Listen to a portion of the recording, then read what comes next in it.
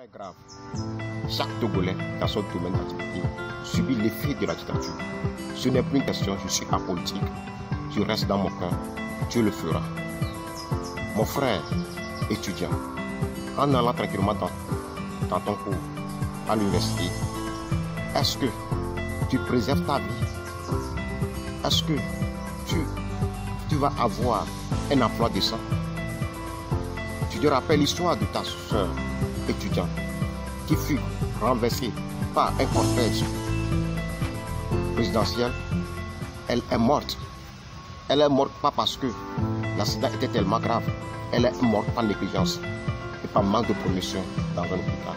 Et pourtant, elle va tranquillement dans son cours et rentre. L'autre étudiante qui a été poignardée à Baguida, elle est morte par l'insécurité. Et pourtant, elle n'est pas activiste politique. Elle n'est pas activiste des droits de l'homme. Mon frère chauffeur, ça fait combien d'années tu conduis ta voiture? Est-ce que quand tu tombes malade, tu arrives à faire face aux soins de la santé? Est-ce que tu préserves ta vie future de la vieillesse? Mon frère conducteur de taxi-moto, tu fais une activité à haut risque. Chaque matin quand tu sors ta moto, c'est des accidents que tu surpasses. Quand tu vas faire un accident maintenant, tu peux supporter?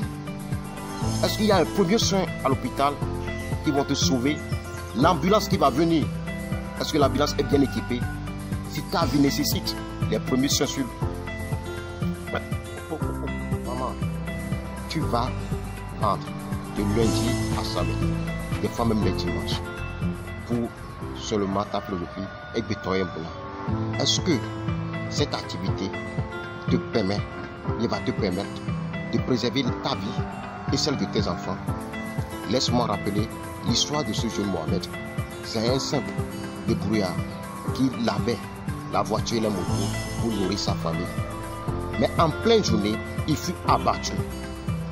Est-ce que le travail de ces activités-là qu'il faisait, est-ce qu'il a économisé pour que ces économistes puissent prendre soin de sa femme et de ses deux enfants? Mohamed n'est pas un activiste politique. Et pourtant, la culture de la banalisation de la vie qui est dans l'armée s'est abattue sur nous. Parce que nous nous taisons. Nous nous taisons quand certains crimes se passent. J'aimerais te donner l'exemple aussi de la mère de Jojo. Son enfant le quittait un bon matin pour aller à l'école. Dans la tête de la maman, l'enfant là va revenir. Il n'est jamais arrivé dans sa tête que son enfant va revenir. C'est le cadavre de son enfant qui va revenir. Mais parce que les gens manifestaient pour une liberté, une prospérité au Togo, on a abattu son enfant. On a abattu son enfant.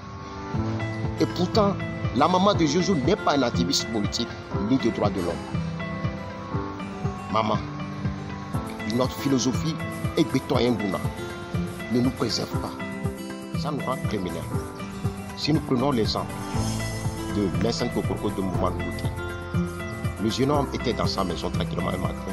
On est venu l'arrêter et on l'a présenté à la télévision nationale TVT comme quelqu'un qui veut faire un coup d'État avec de vieilles jumelles. Ça ne nous a rien dit. On est venu à Dido comme arrêter deux jeunes hommes. Et après, on les a présentés comme des voleurs qu'on est en train de pourchasser. On les a tués. Après, la famille s'est élevée et la famille nous a dit que non, notre enfant n'est pas un voleur. Nos enfants n'est pas un voleur.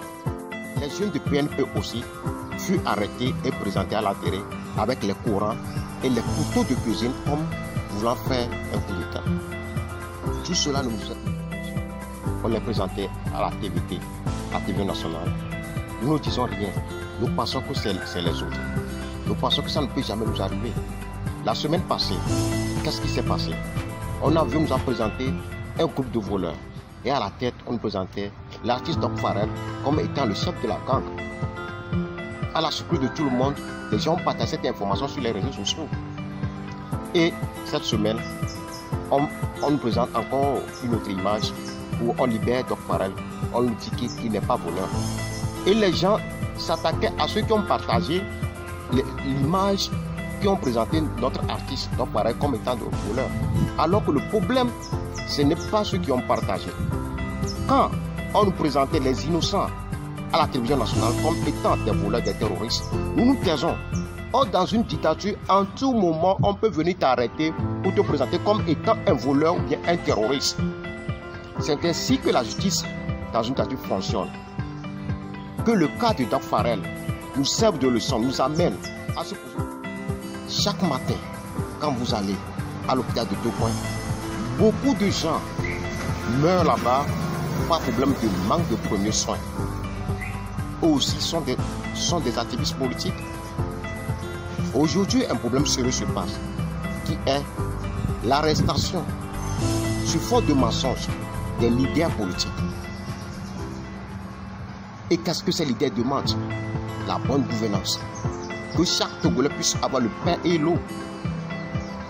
Allons-nous rester encore indifférents, sachant que la condition de la précarité, la condition précaire, de misère et les hôpitaux mourants dans lesquels nous vivons est un danger sur nos vies.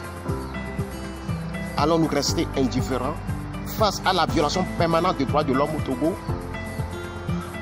Chers frères, chers soeurs, papa, maman, notre silence, l'inaction, l'indifférence ne préserve pas de nos vies, des malheurs, ne nous préserve pas des arrestations. Ça nous expose, ça détruit notre vie. Il est temps que nous nous levons contre la violence permanente des droits de l'homme au Togo. Dans la constitution togolaise, en article 21, il est dit que la vie humaine est sacrée et inviolable. Mais qu'est-ce que nous constatons au Togo? Chaque jour, on banalise la vie, mais nous restons silencieux. Il est temps que nous nous levons pour dire ça suffit maintenant.